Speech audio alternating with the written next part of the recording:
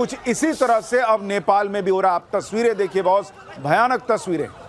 वहां पर भयंकर बवाल हो गया। एक और पड़ोसी देश भारत का जहां पर इस तरह से बवाल हुआ। सरकार के खिलाफ जबरदस्त प्रोटेस्ट हो रहा है। अचानक हजारों प्रदर्शनकारी सड़क पर उतर गए। ऐसा लग रहा है कि नेपाल की सड़कों पर कोई युद्ध शुरू हो गया। लोग संसद के अंदर घुस गए भाई। प्रदर्शन, हंगामा, बवाल, नारेबाजी, तोड़फोड़ के बीच गोलियां चल गई। कम से कम 19 लोग मारे जा चुके हैं।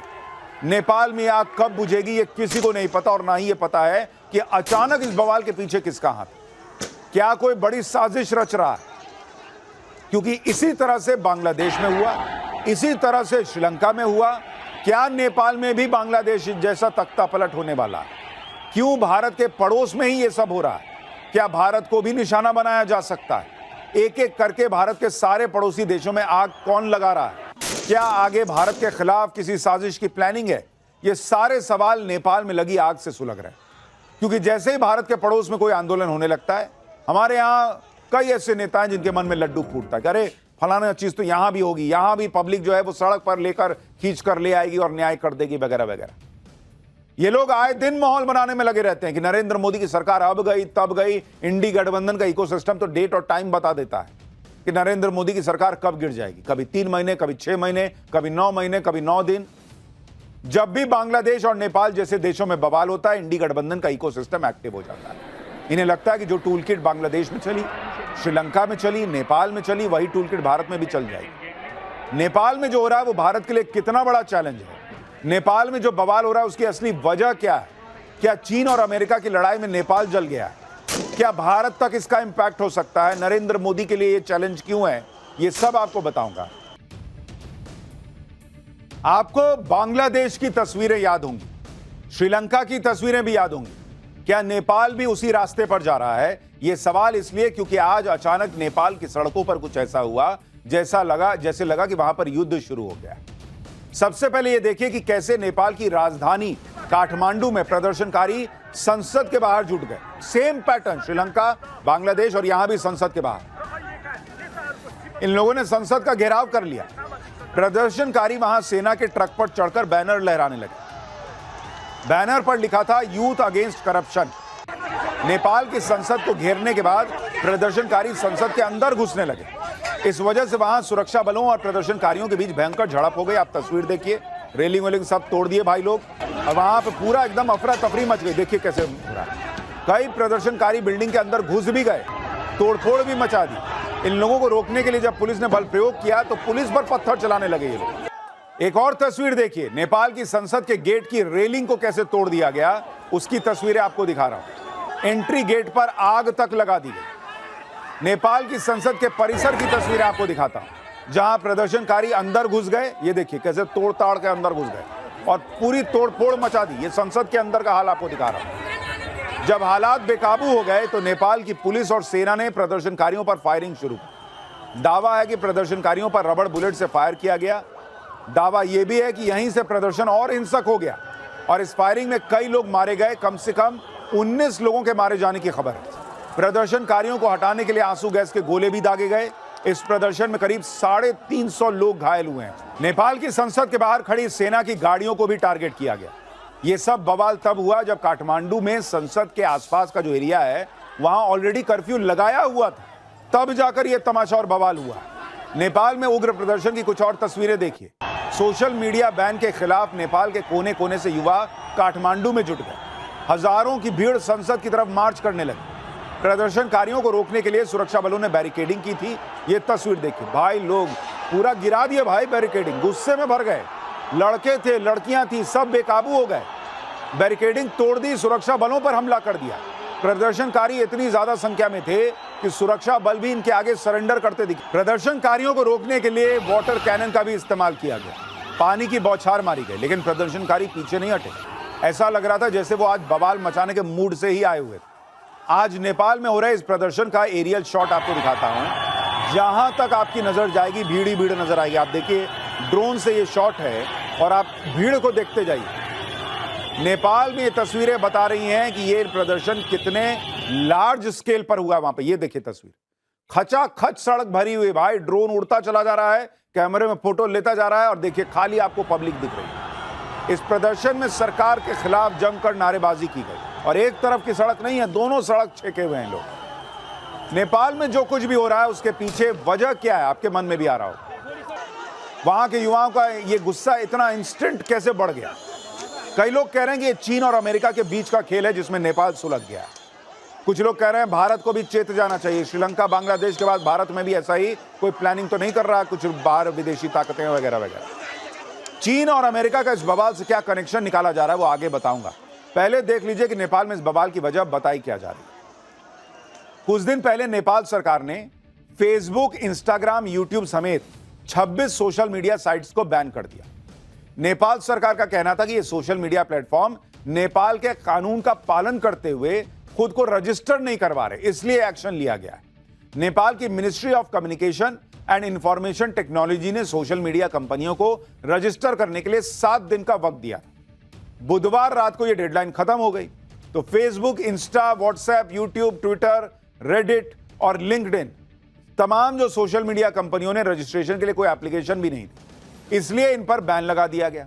नेपाल सरकार की दलील है कि अगर नेपाल में काम करना है तो कंपनियों को नेपाल का कानून मानना होगा। नेपाल के लोगों को लग रहा है कि सोशल मीडिया बैन हो जाएगा तो वो दुनिया से कट जाएंगे, जबकि नेपाल की सरकार कह रही है कि देश की स्वायत्तता का सवाल है, हम किसी के आगे झुकेंगे नहीं। लेकिन ये पूछने की बजाय कि भाई ये कंपनियां नेपाल का नियम क्यों नहीं मानेंगी, आप देखिए हजारों लाखों युवा सड़क पर आ गए और आगजनी कर दिया, आग जला दी भाई। मरने मारने पर उतारू हो गए कि फेसबुक कैसे बैन कर दिया, इंस्टा कैसे बैन कर दिया, यूट्यूब कैसे बैन कर दिया। 19 लोग मर गए भाई सोशल मीडिया के चक्कर में कि बैन लग गया। सरकार कह रही है कि भाई हम अपने यहाँ का नियम नहीं मनवाएं। नेपाल में सोशल मीडिया पर बैन लगने के बाद बवाल हुआ, युवा प्रदर्शनकारी सड़कों पर आ गए। ये लोग खुद को जेन जी बता रहे हैं, जेन जी यानी युवा जेनरेशन। इन प्रदर्शनकारियों ने करप्शन को भी बड़ा मुद्दा बना लिया। प्रदर्शनकारियों का कहना है कि भ्रष्टाचार के आरोपों को दबाने के लिए ही सोशल मीडिया पर बैन लगाया गया ताकि सरकार के खिलाफ कोई कुछ बोल ही ना पाए। इसके अलावा जो लोग सोशल मीडिया के जरिए कमाई करते थे वो भी इस प्रदर्शन में शामिल हैं, क्योंकि उनके आमदनी का जरिया छीन गया है तो वो गुस्से में है। लेकिन आप देखिए कि कितने लार्ज स्केल पे चीजें हो रही हैं। नेपाल में हुए हिंसक प्रदर्शन के बाद तख्ता पलट की भी चर्चा हो रही है। एक थ्योरी ये भी चल रही है कि यह प्रदर्शन ओली सरकार को गिराने के लिए किया गया है, क्योंकि जिस तरह श्रीलंका और बांग्लादेश में राष्ट्रपति और प्रधानमंत्री के घर को टारगेट किया गया था, वैसा ही नेपाल में संसद भवन को निशाना बनाया गया। प्रदर्शनकारियों के टारगेट पर राष्ट्रपति भवन, उपराष्ट्रपति का घर और प्रधानमंत्री ऑफिस भी हो सकते हैं कहा जा रहा है। इसलिए काठमांडू में कर्फ्यू का दायरा बढ़ा दिया गया है, क्योंकि वहां उनको लग रहा है कि भाई ये बिल्कुल बांग्लादेश और श्रीलंका वाला मामला लग रहा है। नेपाल के प्रदर्शन में युवा मारे गए, इसलिए इस बात की काफी संभावना है कि नेपाल में अब ये आग ठंडी नहीं होने वाली, बल्कि और भड़क सकती है। श्रीलंका और बांग्लादेश में तो उग्र भीड़ के आगे वहां के सिस्टम ने सरेंडर कर दिया था। वहां राष्ट्रपति और प्रधानमंत्री को देश छोड़कर भागना पड़ गया। हिंसक प्रदर्शन के बाद नेपाल में केपी शर्मा ओली के इस्तीफे की मांग तेज हो गई है, लेकिन केपी शर्मा ओली अभी प्रदर्शनकारियों के आगे झुकने को तैयार नहीं दिख रहे। दावा है कि हिंसक प्रदर्शनकारियों को देखते ही गोली मारने का आदेश दे दिया गया। आप देखिए इसको, इस लड़के को देखिए भाई, इसको गोली लगी हुई है कहा जा रहा है। देख रहे हैं पूरा इधर गोली लगी, पट्टी उट्टी हुई है, मुंह में पट्टी लगी हुई है और भाई जो है वहां पे लीड कर रहा है भीड़ को। इतने गुस्से में हैं लोग कहा जा रहा है। नेपाल में जो कुछ हो रहा है उसे अमेरिका और चीन की वर्चस्व की लड़ाई से भी जोड़कर देखा जा रहा है, क्योंकि नेपाल में अभी जो केपी ओली शर्मा हैं उन्हें चीन का करीबी माना जाता है। उन्होंने जिन सोशल मीडिया प्लेटफॉर्म को बैन किया उससे ज्यादातर अमेरिकी कंपनियां ही प्रभावित हुई हैं, जबकि टिकटॉक, वाइबर, विटके, निम्बस और पोपो जैसी सोशल मीडिया साइट्स पर कोई बैन नहीं लगाया गया। ये सारी चीन की सोशल मीडिया कंपनियां हैं।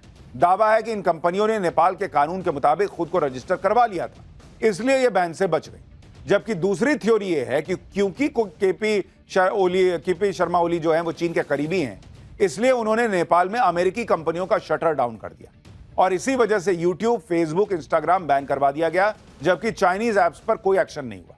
इस वजह से ये थ्योरी भी चलने लगी कि कहीं नेपाल में इन प्रदर्शनों के पीछे अमेरिका का हाथ तो नहीं है, क्योंकि इससे पहले आपको याद होगा बांग्लादेश में भी अमेरिका के डीप स्टेट का हाथ होने की बातें कही जाती रही। चीन की भी नेपाल में बहुत दिलचस्पी है, इससे कोई इनकार नहीं कर सकता। नेपाल की सीमा भारत के साथ साथ चीन से भी लगती है। पिछले कुछ सालों में चीन तेजी से नेपाल को अपने पाले में करने में लगा हुआ है। साल 2016 में चीन ने नेपाल को तीसरे देश से व्यापार करने के लिए अपने बंदरगाहों का इस्तेमाल करने की इजाजत दी थी। चीन का मकसद यह था कि नेपाल भारत पर अपनी निर्भरता कम करे। इस समझौते के अगले ही साल यानी 2017 में नेपाल की सरकार ने चीन के साथ बेल्ट एंड रोड इनिशिएटिव पर साइन कर दिया।